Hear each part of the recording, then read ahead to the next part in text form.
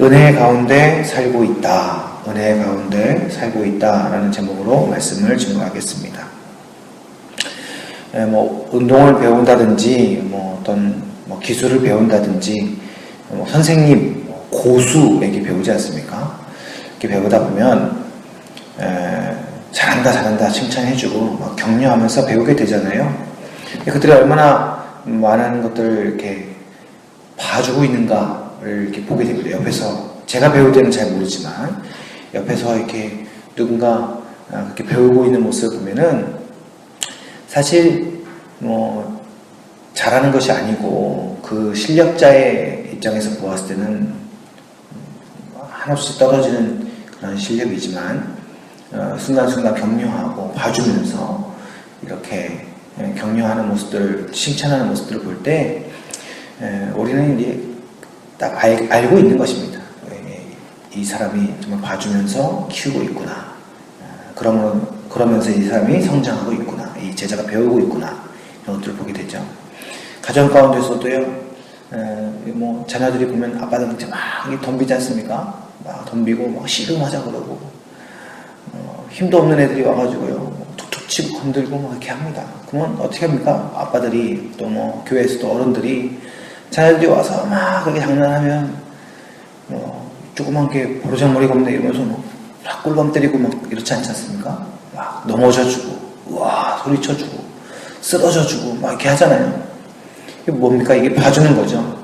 그러면요, 그 애기들은요, 자기가 이겼다고 또 막 이러고, 기분 좋다고 막 이러면서 막 하고, 자기가 승리한 거 막 얘기하고 막 그래요, 자라가. 그럼 다른 애들 이야기 보면서 막, 눈빛이 번쩍번쩍거리면서 부러워하고 그렇습니다. 이게 뭡니까? 봐주는 거죠, 봐주는 거. 그렇게 하다 보면, 이 아이들이 또 그렇게 배우는 사람들이 성장해서 나중에 알게 됩니다. 나중에, 다 봐준 거였구나. 다 봐줘서 내가 이렇게 컸구나. 이렇게 알게 되는 것이죠.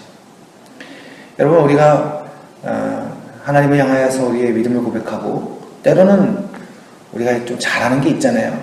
가끔씩, 새벽기도 오랫동안 빠지지 않고 잘 나온 것 때문에 뿌듯하지 않습니까? 기도하면서 가끔씩은 나도 모르게 이런 교만한 기도 나올 때 있잖아요. 주님, 요즘 제가 좀 괜찮지 않습니까?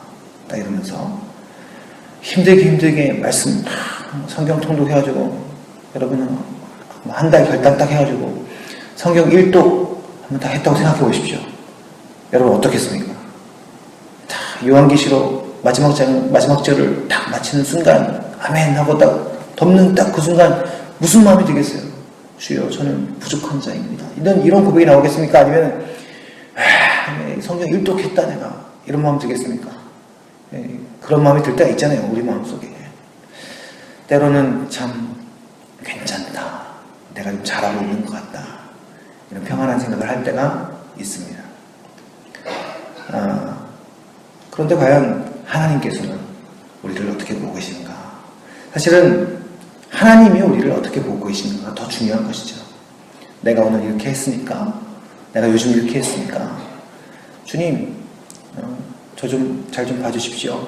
이것이 아니라, 과연 하나님께서는 지금 우리를 어떻게 보고 계시는가? 이것이 제일 중요한 것입니다. 오늘 이 본문의 말씀을 보니까 시편 78편의 1부분입니다.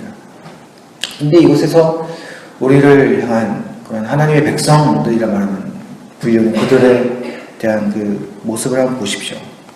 그들이 어떤 일을 하나님 앞에 저질렀는가? 30절에서 33절까지 보면요, 그러나 그들의 욕심을 버리지 아니하였다. 그래서 이 먹을 것이 그들의 입에 있을 때, 그러니까 무엇입니까? 조금이라도 힘이 있고 조금이라도 불평할 수 있는 여력이 남아있는 거죠. 자기에게 있는 조금이라도 그것을 감사하지는 못할전정 오히려 하나님께 대적하는 힘으로 돌이키는 것입니다.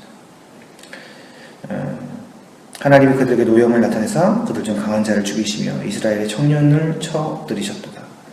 사실 하나님은 어떤 분이신가? 이 내용만 보면 하나님은 무자비하시다, 하나님 너무 잔인하시다, 이렇게 표현할 수 있겠습니다만, 사실은 하나님의 엄중한 심판을 나타내는 것입니다. 이것은 하나님의 무자비함, 하나님의 이 단호하심을 표현하기 이전에 우리의 죄성을 먼저 고백해야 되는 것이죠. 하나님은 완전한 정의이시고 하나님은 참 진리이시기 때문에 그 하나의 작은 오점도 허용하실 수 없는 것입니다. 이것은 하나님의 깐깐하심이 아니고 하나님의 완전하심이죠. 그 완전하심 앞에 조금의 흠도 허락될 수 없는 것입니다. 그러나 그의 백성들은 어떻게 했는가? 조금이라도 힘이 남아있다면 그것으로 하나님께 불평하게 내놓는 것입니다. 이러함에도 그들은 여전히 범죄하며 그의 기이한 일들을 믿지 아니하였다. 하나님의 심판과 하나님의 혼내심이 명확함에도 불구하고 내가 잘못했구나. 하나님 지금 화가 나셔서 우리를 혼내시고 계시는구나. 이것을 알매도 불구하고 그러나 그들은 회개치 아니한 자들이 된 것입니다. 예수님께서 오셔서 주의 말씀을 선포하시고 공생의 기간 동안에 선포하시고 하나님의 기적들을 보이시며 여러 가지 말씀의 역사들을 보이셨음에도 불구하고 알아보지 못하는 것들, 바로 사람의 눈인 것입니다. 회개치 아니하는 고울을 바라보시면서 우리 주님은 저주하셨잖아요.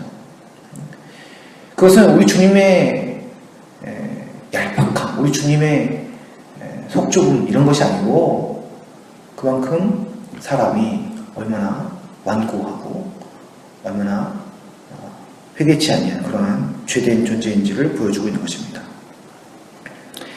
그러한 자들을 하나님께서 세대와 세대, 날들을 통하여 또한 심판하시는 것을 볼 수 있는 것인데 33절에 보시면 하나님이 그들의 날들을 헛되게 보내게 하시며 그들의 햇수를 두려움으로 보내게 하셨도다. 부흥한 줄 알고 우리의 평안함이 그저 하나님의 축복인 줄 알고 하루하루 지내왔는데 어느 순간 우리가 살아가는 이 땅은 골마있고 교회들이 세워지면서 우리는 하나님의 백성인 줄 알았는데 어느 순간 그 교회 안에서도 음란과 비리와 여러 무너짐이 어느새 골마서 터져버리는 그러한 상태가 된 것이죠. 이렇게 유기하고 내버려 두는 것 자체가 또한 하나님의 심판이신 것입니다. 그런데 참 하나님의 본질은 하나님의 정말 속마음은 어떠한 것인가? 정말 한치 양보도 없이 심판하시고 명확하게 그냥 내쳐버리시는 것이 하나님의 본질인가? 그렇지 않다는 것입니다. 34절을 보십시오. 하나님이 그들을 죽이실 때 그들이 그에게 구하며 돌이켜 하나님을 간절히 찾았고 조금이라도 하나님 앞에 회개하며 돌이키는 모습을 보일 때 하나님께서 어떻게 하십니까? 하나님이 그들의 반석이시며 지존하신 하나님이 그들의 구속자이심을 기억하였도다. 여러분 이것이 바로 하나님의 본질인 것입니다. 하나님께 돌이키려고 하면 그 백성이 회개하는 백성이 되었을 때 하나님께서는 어떻게 하십니까? 반드시 그들에게 구원을 베푸시는 것입니다. 그러니까 지금 이 백성이 잊어버린 것이죠. 하나님을 잊어버리고 나 중심적으로 상황 중심적으로 세상 중심적으로 돌아가다가 내가 정말 딛고 서야 될 반석이 누구인가를 내가 지금 누구 위에 서 있는가를 깨닫게 되는 것입니다. 하나님이 그들의 반석이시며 그리고 그 하나님께서 우리를 붙들고 계시는 구원하시는 구속자이심을 깨달을 때 그 하나님을 향해 시선을 돌릴 때 하나님을 바라볼 때 하나님이 어떻게 하시는가? 용서하시는 것입니다. 계속적인 이러한 패턴이 반복되어지는 말씀의 기록이 사사기 아닙니까? 이스라엘 백성이 범죄하고 하나님께서 이방민족을 심판하시고 그러나 그들이 회개하였을 때 사사를 세우셔서 그들을 다시금 회복시키십니다. 그러나 인간의 본질은 무엇입니까? 또다시 하나님을 잊어버리는 것입니다. 어제 예배하며 은혜 받고 또 말씀을 통하여 회복되어지고 찬양하며 주 앞에 다시금 주를 위한 인생을 고백하였을진데 문을 열고 박차고 나아가고 돌아가서 우리의 삶의 터전에 또 방구석에 앉아서 TV를 틀며 또 현실적인 고민 또 어제 고민했던 거 또다시 끌어내서 오늘 또 똑같은 방식으로 고민하고 있는 우리 자신을 발견하게 되지 않습니까? 그게 우리의 본질인 것입니다. 하나님의 본질은 심판하시나 용서하시기 위한 그런 사랑의 본질, 공의로우시나 사랑의 본질을 가지고 계신 것이고 그러나 우리는 하나님을 보고 알 수 있으나 또다시 범죄하는 죄인의 본질을 가지고 있는 것이죠. 우리의 연약함인 것입니다. 36절 보십시오. 그러나 그들이 입으로 그에게 아첨하며 자기 혀로 그에게 거짓을 말하였으니 이는 하나님께 행하는 그들의 마음이 정함이 없으며 그의 언약에 성실하지 아니하였습니다. 그렇습니다. 이것이 바로 우리의 모습인 것이죠. 그러나 하나님은 다시 한번 이 시편 기자는 다시 한번 하나님의 어떠하심 때문에 우리가 구원받는 자들임을 고백하고 있습니다. 38절을 보십시오. 오직 하나님은 긍휼하심으로 죄악을 덮어주시며 멸망시키지 아니하시고 그의 진노를 여러 번 돌이키시며 그의 모든 분을 다 쏟아내지 아니하셨으니. 이게 하나님의 모습이신 것이죠. 오늘도 주님께서 긍휼의 모습으로 우리 가운데 함께 하시는 줄 믿습니다. 2000년 전에 단 한 번 역사적인 그 십자가의 사건은 오늘도 믿는 성도들에게 회자되어지고 고백되어지고 묵상되어지며 그 오랜 2000년 전의 그 사건이 오늘날 우리의 사건이 되어서 오늘 이러한 하나님의 본질을 그 성도들의 삶 속에서 용서하시고 구원하시고 긍휼하신 그 은혜를 오늘 우리의 고백을 통하여서 다시금 이 시대 속에서 선포되어지게 하시는 줄 믿습니다. 이 마지막 절 말씀이 저는 상당히 와닿습니다. 우리가 어떤 자인가? 하나님이 우리를 어떻게 생각하고 계시는가? 그들은 육체이며 가고 다시 돌아오지 못하는 바람임을 기억하셨습니다. 하나님은 우리를 알고 계십니다. 봐주시려고 구원하시려고 이미 그 아들을 우리 가운데 보내어 주셨고 그 공의로우신 하나님께서 사랑의 본질로 우리의 모든 질고를 지시고 해결하시고 의의 백성으로 선포해 주시면서 자격 없는 우리가 그 하나님과 동역하며 오늘도 주의 은혜를 드러낼 수 있는 자들로 세워주신 줄 믿습니다.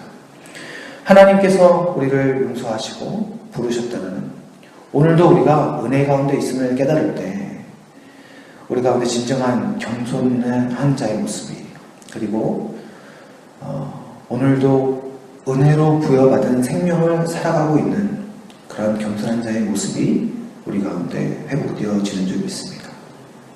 오늘 하루 살아가실 때 모든 것이 주의 은혜임을 우리가 함께 선포하며 고백했으면 좋겠습니다. 당연한 것인 줄 알고 내가 분노할 수 있지만 주의 것인 줄 알고 참을 수 있으며 내 것인 줄 알고 내가 기뻐할 수 있지만 그러나 주의 것인 줄 알고 그 기쁨을 주님께 영광으로 돌리는 믿음의 하루가 되기를 간절히 소망합니다. 은혜 가운데 있음을 깨닫는 것 그것이 참 지임을 알고 오늘도 우리 주님을 위한 인생을 살아드리는 믿음의 삶이 되시기를 주님의 이름으로 간절히 축원합니다. 기도하겠습니다. 주님, 심판하시는 하나님께서 그 백성을 긍휼히 여기셔서 오늘도 죄악을 덮어주시며 멸망시키지 아니하시고 그의 진노를 여러 번 돌이키시며 예수 그리스도의 십자가의 은혜로 말미암아 다시금 우리를 의인이라 칭하여 주시고 하나님의 뜻을 드러내는 이 시대 속에서 하나님의 하나님 되심을 드러내는 믿음의 백성으로 살게 하시니 주님 감사드립니다. 주님, 우리는 연약한 자입니다. 우리는 육체이며 가고 다시 돌아오지 못하는 바람 같은 자들입니다. 주님, 우리를 불쌍히 여겨주시고 하나님 우리를 긍휼히 여겨주셔서 하나님의 은혜 없이 살 수 없는 자들임을 고백하게 하옵소서. 그리하여 이 연약한 자의 고백이 이 낮아짐의 고백이 오히려 하나님께서 함께 하셔서 써주시고 붙들어주시는 은혜임을 기억하며 아버지 하나님 오늘도 주의 백성으로 우리 주님의 자녀로 하루를 살아갈 수 있도록 인도하여 주시옵소서. 우리의 능력이 아니라 주의 능력으로 살아가게 하시고 그러한 하나님을 찬미하는 오늘 하루가 될 수 있도록 우리 가운데 역사하여 주시옵소서. 모든 것을 주님께 감사드리며 우리의 구주이신 예수 그리스도의 이름으로 간절히 기도드립니다. 아멘.